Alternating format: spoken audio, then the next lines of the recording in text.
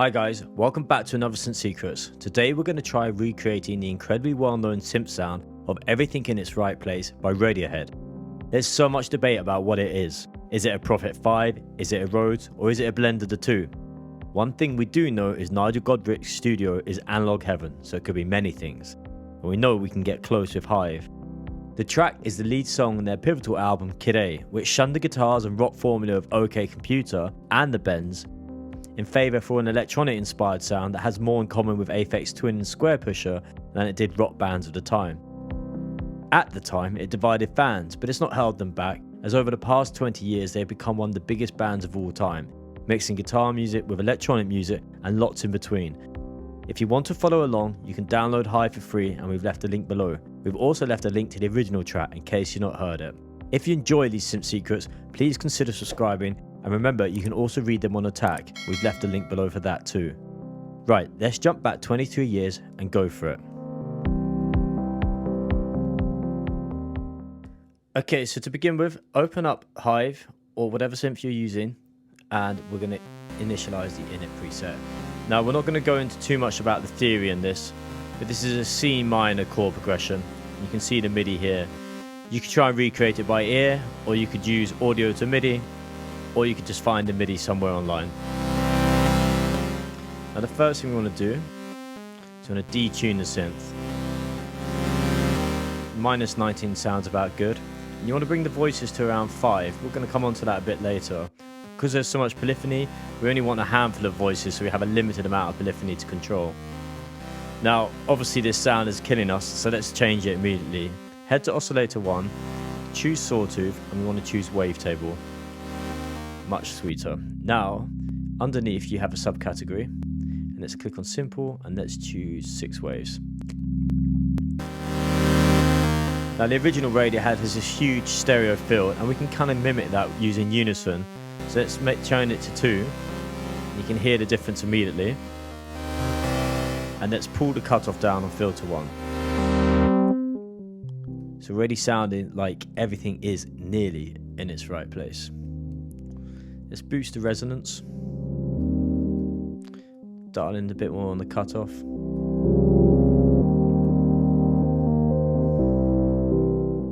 Now, Hive has various synth engines. It's got the clean, normal, and dirty. We've been experimenting with this before making this video.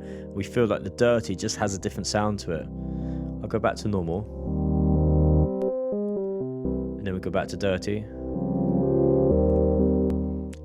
These things are subtle, and they probably won't change your overall appreciation of making the sound.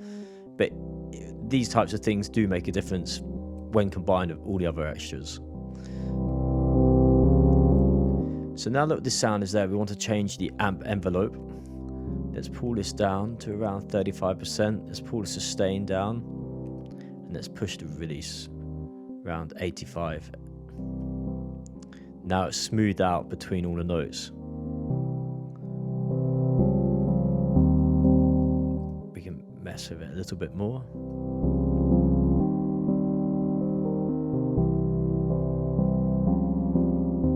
For the next bit, we want to add an LFO1 to modulate the cutoff. So you just connect the two like that, and you can play at the rate. So let's change it, and then let's increase some, so you can hear how it's working. But that's the wrong setting, so let's change the polarity, and let's change the shape to saw up. Probably a bit much, so let's just pull it back a little bit. You can also do it up here on the orange dot. You see they both work in tandem. The modulation matrix is just a slightly easier place to work with it.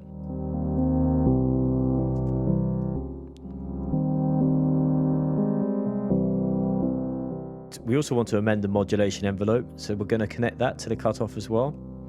And then we're going to change the settings here. We want to bring the decay right down, because we want to get that clicking sound.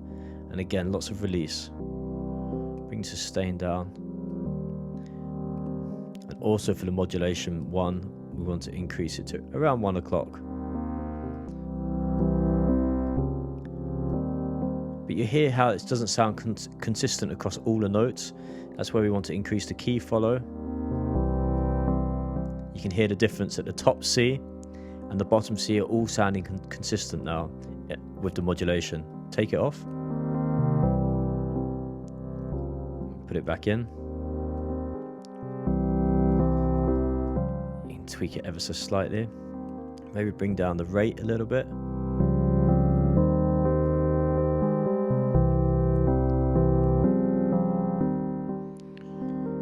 So it's pretty close. We might want to bring the overall cutoff down.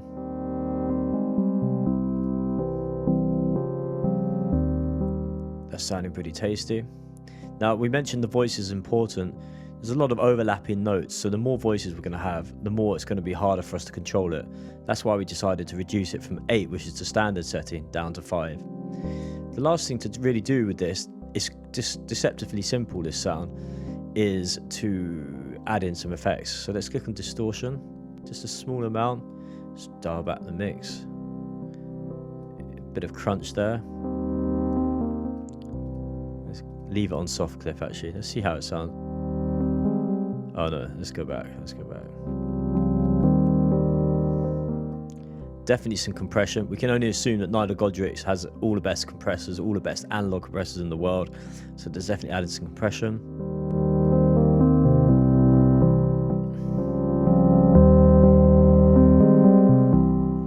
And that's pretty much it.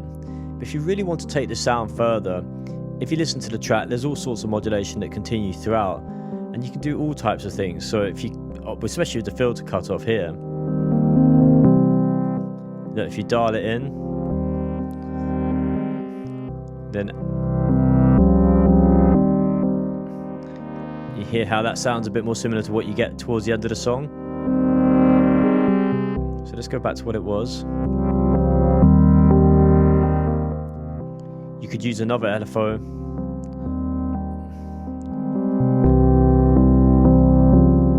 So you could use LFO 2 to control the rate of LFO 1. And change the shape of this as well.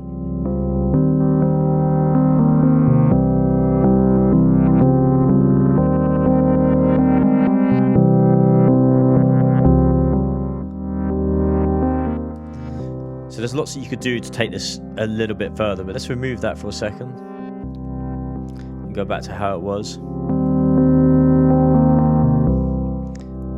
You could try and add in a bit of detune.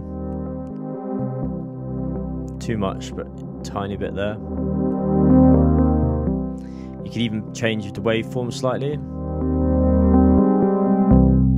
But the further it goes to the right, the further it moves away from the sound. But I think the whole point of when we do these synth secrets is we're showing you that you can of course recreate something, but why not use this as a building block to do your own thing? What does it sound like if you decided to put an arpeggiator on?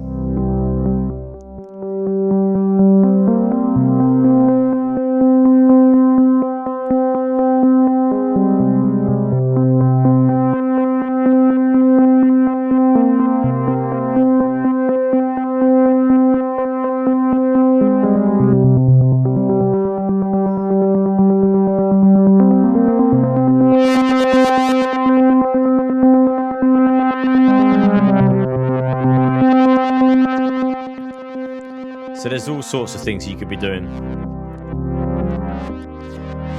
Back to where we started.